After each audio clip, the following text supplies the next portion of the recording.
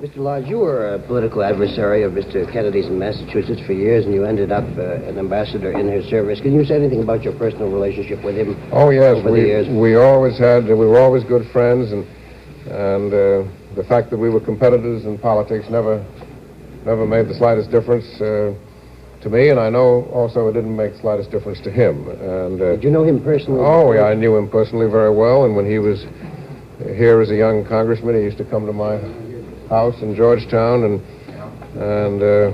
I was very fond of him. And you know, politics is one thing, and personal relationships are another. And we were always good friends. And when he asked me to go there as ambassador, I was very happy to accept because he'd asked me to.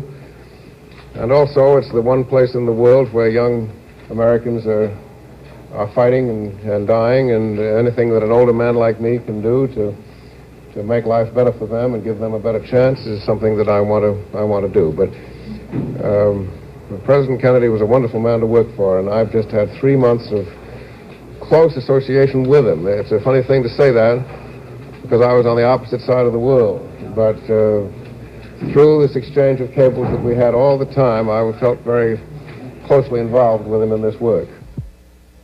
Well, I'm I'm going back to Saigon tonight, and I'd come here because I had an appointment with President Kennedy.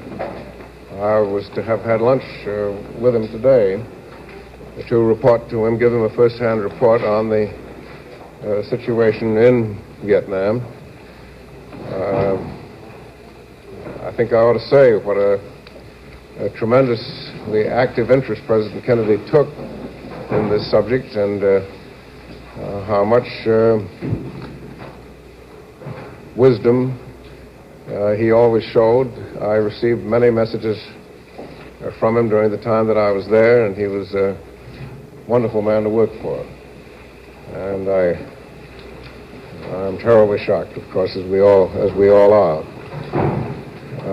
But today I came in to see President Johnson to give him a first-hand report, which I've just done. And now I'm going back. I'm going to New York tonight, and then to Paris tomorrow, and then on to Rome. And then from Rome I go to Bangkok and go home.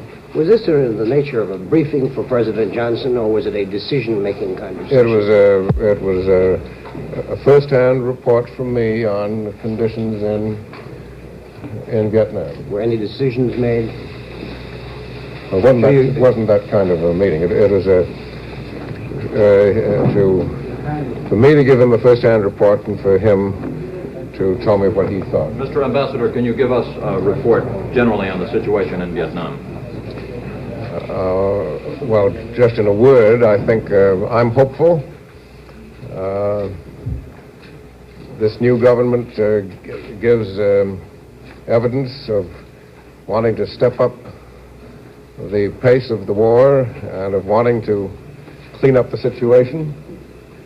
And I have hopes that they will do it.